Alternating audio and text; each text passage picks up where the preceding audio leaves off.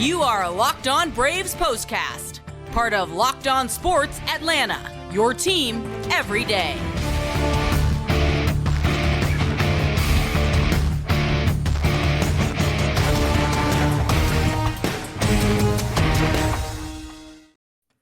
And hello and welcome into the Braves POSTCAST. Grant McAuley and Jake Mastroianni with you after what was not a very fun night at the ballpark for the Braves on Sunday. And as it turned out, not a very fun weekend at Truist Park when it came to the wins and the losses. After the walk-off victory over the Padres to open this four-game set, the Braves lost a couple of games that were close and one on Sunday that was really not close at all. We're going to jump into all the particulars of this game, the performance of Dylan Dodd, what's been going on with the offense, or what, if anything, is going on for the offense. And, of course, get you set up for the series opener against the Cincinnati Reds for a three-game set that will begin on Monday. Before we do, though, I want to invite you, as always, to subscribe to Locked On Sports Atlanta. Make sure that you hit the bell so you get notified every time we drop a new video. And if you're here, go ahead, hit that like button. And if you like what you hear and see here, then please feel free to share it with a friend. And make sure to subscribe to Locked On Braves wherever you get your podcasts. With all of that out of the way, Jake, it's going to be a little bit tough to find, I don't know if there are silver linings in this kind of loss. This was one of those where it just kind of got bad early, and it never really got any better. And in particular for Dylan Dodd, the second time out in the big leagues proved to be a much tougher challenge for him than did the first. It did. And again, I've said it all series. I said it leading into the series, a very good Padres lineup. And it just seemed like it didn't take them very long to figure out what Dylan Dodd was doing and pounding the strike zone. They became more aggressive early in counts and really made a lot of hard contact for Dylan Dodd in this one. So one that he's definitely going to take and hopefully be a learning experience from him, and still obviously like Dylan Dodd in his future. But certainly, even as Snicker said during the in-game interview, he's learning on the job here. And this is one where I think there's a lot that he can learn from. Yeah, and I don't know that anybody anticipated Dylan Dodd being in the Braves starting rotation over the first couple of weeks of the season, even back when spring training began. I can tell you, I was down there, and the conversations were about other pitchers with more big league experience, but he did push his way into the conversation. He has had a couple of big league starts, one good, one not so good. What are we going to be able to take out of that if we're Dylan Dodd into the next start to start making those adjustments? That, of course, is the test, I think, of all young pitchers, really young players, and I don't know if it really matters how much experience you've had. You got to learn from some of the down nights, and this was certainly one of those for the Braves. Let's get inside the box score of this one. Padres are 6-4, just like the Braves now. 10 runs, 13 hits, no errors, 5 men left on base. Braves with 2 runs, 8 hits, no errors. They left 10 men aboard. They did have some chances in this game, but when you're down at one point by a 10-1 score, it's going to be tough to climb back in a game like that. Seth Lugo picks up the win, the former Met, with 6 innings of 1-run ball. He struck out 5. He's 2-0. Dylan Dodd takes the loss, drops to 1-1. I'll talk about his line in a moment. Game lasted 2 hours and 50 minutes, and I can tell you without the pitch clock, this feels like it would have been one of those classic 4-hour and 15-minute affairs that you just had to suffer through for an extra hour. So maybe the baseball gods spared everyone a little bit of misery in that regard in Braves country. 40,138 paid to see it. Let's talk about Dylan Dodd for a moment. Rough outing, as we discussed. 4 1/3 innings, 10 hits, 7 earned runs, a walk, 3 strikeouts, 2 home runs. The big one, the big blow early, I think, that kind of really started to tip the scales in the Padres' favor was the 3-run home run by Nelson Cruz. There were just not a lot of places that Dylan Dodd could go for outs, and this Padres club really seemed to hone in on the fact that Dylan Dodd loves to throw strikes. He just wasn't making enough of those, his kind of pitches, rather than just simply living in the zone. He didn't, and this wouldn't have changed the outcome. There were a couple of calls just on the edge that did not go his way, that would have flipped a couple of at-bats. I don't think that necessarily changes the outcome of this game, but in his second start, you could see Sean Murphy behind the plate getting frustrated, standing up and having a couple of face-to-face conversations with the umpire for a couple of those close calls. But either way, the Padres did adjust quickly. You can see in that first inning, I mean, it looked like the Dylan Dodd we saw last time, pounding the strike zone, getting through a really tough top of their order.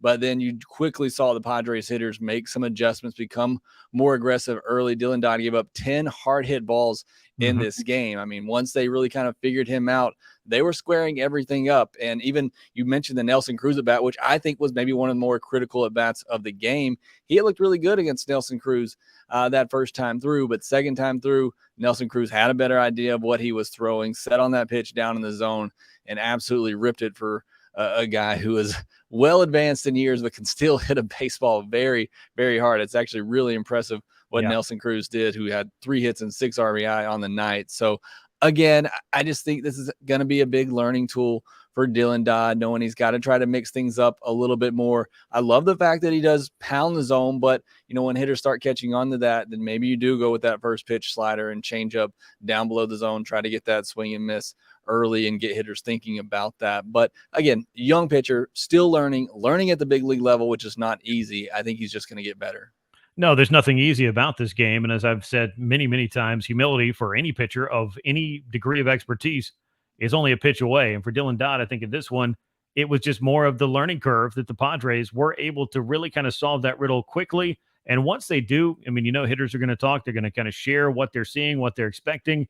And again, kind of maybe living around the zone, below the zone, as you pointed out, just not giving hitters something to go right after and take these big aggressive swings at. You mentioned 10 hard hit balls. He gave up 10 hits in this game as well and didn't get out of the fifth inning this time around. And I kind of felt like, were it other circumstances where the Braves bullpen maybe a little bit more gassed up than it has been, you might have seen Dylan Dodd out of there after the second or third inning, maybe the third inning would have been the final one of the day for him. But either way, it was just a tough one for him. And, you're going to wear some of these at the big league level as a young pitcher. Hopefully he'll be able to bounce back and help out the Braves next time through rotation. We're going to talk a little bit about what went on with the Braves lineup and what's kind of been going wrong for the Braves lineup in a moment. But first, I want to tell you about Game Time, because buying tickets to your favorite events shouldn't be stressful. Game Time is a fast and easy way to buy tickets for all sports, music, comedy, and theater near you. With deals on last-minute tickets and their best price guarantee, you can stop stressing over tickets and start getting hyped for all the fun you're going to have. Download the Game Time app, create an account, use the code LOCKEDONMLB for $20 off your first purchase. Terms apply. Download Game Time today. Last-minute tickets, lowest price guaranteed. Now, for the Braves lineup in this game, it was not a lot of highlights. We did have Ronald Acuna Jr., though, doing some exciting stuff all around the field. A couple of hits for him, a walk, a stolen base. He knocked in a run. Also had an outfield assist. It was an impressive night for Ronald, but once you get outside of that top three, Jake, and I think this is where we're going to start to feel the loss of two people in particular, Travis d'Arnaud and Michael Harris. However long those guys are out, that changes the complexion of everything I think that happens after the third spot in the lineup. Yeah, it does. The lineup really starts to look pretty thin right now, especially when you consider, Sean Murphy, and I know batting averages don't mean much early, is hitting 150. Ozzy's hitting 225. Rosario 160. Ozuna 074. And again, it's a small sample size early on, but, those guys just aren't clicking right now. And it really is just your top three in the order. And when you take out a couple of those guys, and especially Travis d'Arnaud, who was one of the best hitters early on for the Braves, really starts to shorten what was a really deep lineup. And I mean, and when you have those guys batting towards the bottom of the order, it is a really deep lineup, but now they're being called on in the middle of the order to drive in Acuna and Olsen and Riley when they're getting on base, and they're just not coming through right now. I mean, you had plenty of opportunities in this game. You had 8 hits, you had 5 walks. There's plenty of traffic. But especially once they fell behind by such a big margin, it felt like once they got a couple of runners on, everybody was trying to get that 2 or 3 run homer instead of just trying to continue to move the line. So, the offense is in a bad spot right now. They got to figure it out. No home runs tonight. Obviously, that's a big part of their game. If those aren't coming, runs are going to be hard to come by. But, I mean, with the injuries, especially, as you said, to d'Arnaud and Harris, when Harris gets on base, he can create havoc. He can create runs. You don't have that right now. Yeah. That's a big loss for this Braves lineup. It definitely is. And just kind of looking at some of the individual series, and I don't just want to pick on Ozzy Albies, but he did not have a good one for the Braves. He left quite a few runners on base, 2 for 17 overall against San Diego. His hit in Sunday's game was of the infield variety, and had it not been deflected by the pitcher, it might have been another offer for him. And this was after getting hits in 6 straight games to open the season on the road trip. So just not a good series for him. I don't know if he's going to be the long-term answer at cleanup. I think that we're playing what I like to call small sample size theater right now. The numbers can tell you a lot, and they can drive you crazy if you feel like what we've seen is just how it's going to be for the next 152 games after this one. And I can promise you, and we've learned from the Braves quite a bit, especially over the last 2 years, the way you start may not be the way you finish. That can be true for both the club and can also be true for individual players, but not a good series for Ozzy. It was for his double play partner. Orlando Arcia had 2 more hits, a couple of runs. He walked, is hitting 316 on the season. So good to see what he's been doing. Matt Olson chipping in an RBI for the Braves in this game. He is among the National League leaders in that category. But if we're going to talk about what's not happening in the lineup, it's hard not to discuss the left field situation, which has been primarily Eddie Rosario and Marcell Ozuna. And in particular for Ozuna, who's also getting at bats in the DH spot, he is now 2 for 26 this year. He has the 2 home runs and 10 strikeouts.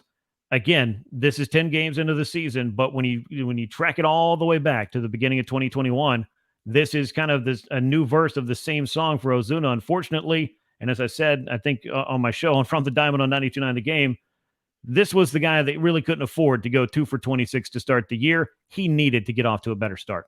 Yeah, I mean, I said it all off season. I've said it coming into the season. The leash has to be pretty short with Marcell Ozuna because you're not just going off a 10-game sample size. You're going off a 2-year plus sample size now. And the one thing I've always said about Ozuna, he'll hit his home runs. What does he do for you in between that? And the answer is just not much. And so far this year, he's given you nothing between the home runs. He has taken some more walks this year, which is good to see, but just not giving you, the doubles, not giving you, any extra base hits other than the home runs. And he can't play defense, although he's been out there a couple of times this year. So again, what do? I think you got to give some other guys a chance in that spot. And obviously d'Arnaud, when he was healthy, he was going to be in that DH spot a lot as well. So that's a big loss there. But yeah, how long is that leash for guys like Ozuna or even Rosario, who's coming off a tough year? I know the eyesight obviously plays a big factor in that. But again, with the offense struggling the way it is, maybe it's time to give somebody else an opportunity in that spot. To see what they can get going. It's short sample size. They've lost 3 games in a row, but the offense just hasn't looked great. And obviously because of the losses that we talked about is a big reason why. Yeah, well, the Braves, I think, play the long game as well as anybody over the course of 162. And you can make the case, once you get to the postseason, are you able to flip that switch? In 2021, they were able to kind of change from being that long haul team to being one that made all the changes they needed to make, did the pitching stuff that they needed to do. And of course they got hot at the right time, but we're not talking about, that kind of got to make a change, got to have a quick hook, got to go to the bullpen in the 5th inning or whatnot. You don't want to have to do that. You can't manage 162 games like that. So I kind of understand, what they're trying to accomplish over the course of a long season. How long will the leash be on Marcell Ozuna? I don't know. As long as it needs to be, I guess, until they finally see that they're not getting production enough to continue to put him out there. I hesitate and I don't put Eddie Rosario in the same boat because I think his circumstances are very different and because I do feel like he can be a useful player for the Braves this year. And he's just kind of almost guilty by association because left field has been a black hole for the Braves offensively speaking this year. And then that's also bled over into the DH spot with Ozuna getting some at-bats there. But long story short, with no Michael Harris, you're going to be deploying Sam Hilliard in center field or maybe Eli White, who we finally saw get a pinch hit at bat in the 9th inning. Perhaps he'll get a start in center field. I don't know if they'd run Kevin Pillar out there, but you're all of a sudden down Michael Harris. And I think it just makes it more complicated to try to make changes to left field and or the DH spot now that you're down Travis d'Arnaud. And really you add him to a list that while you are hopefully getting Kyle Wright back in the Red Series, that's the plan. You don't have Max Fried. You don't have Raisel Iglesias. You don't have Colin McHugh.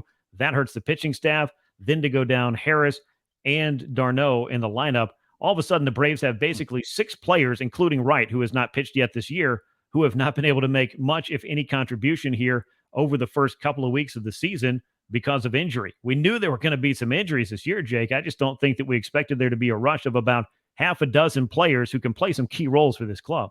Yeah, like we talked about yesterday's postcast, it's a tough spot. It's frustrating right now because you want to see these guys get healthy, get on a roll, get into the season, but you keep having some of these precautionary injuries, and I get it. You want to sit these guys down, and if you're going to sit them down for 4 or 5 days, which was the case with Harrison, you might as well just put them on the IL and get another bat up here to fill in. But yeah, I mean, the Braves are in a tough spot right now. You're losing some key pieces to both your pitching staff and your lineup, and I think we're starting to see the effects of that.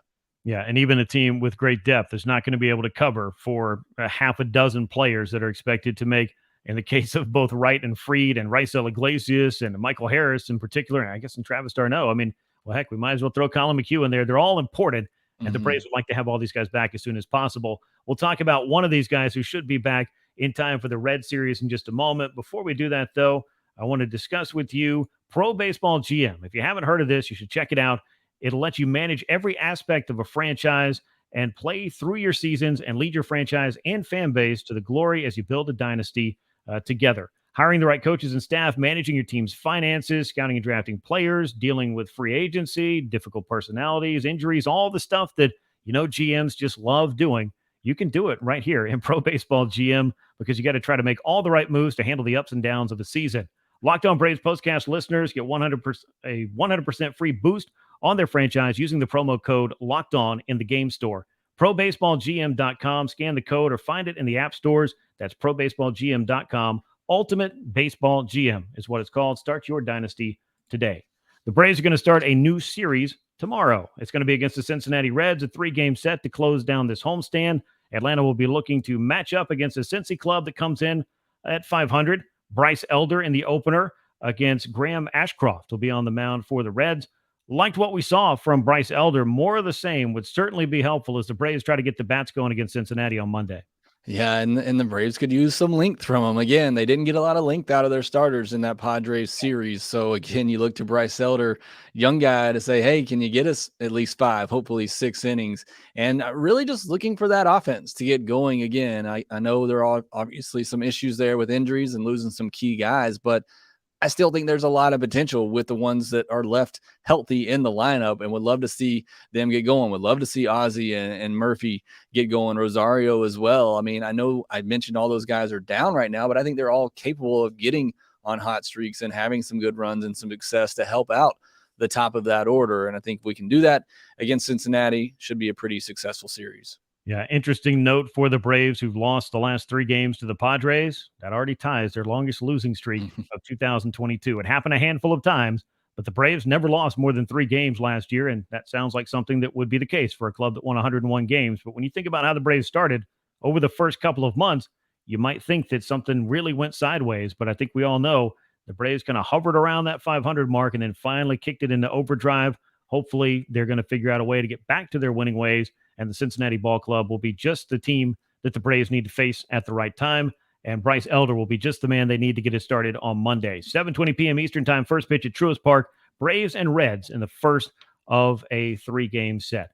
That'll close things out here on the Braves Postcast, part of Locked On Sports Atlanta. Make sure you're subscribed on YouTube. Go ahead and hit that bell so you get notified every time we drop a new episode. Subscribe to Locked On Braves for the Postcast and everything else Jake has coming your way. And come on back and be with us tomorrow as we recap what we hope will be a step in the right direction for the Braves. Once again, the final score was 10-2. Padres over the Braves. They take 3 out of 4 in this series. For Jake Mastroianni, I'm Grant McAuley. We will catch you on Monday night. And until then, so long, everyone.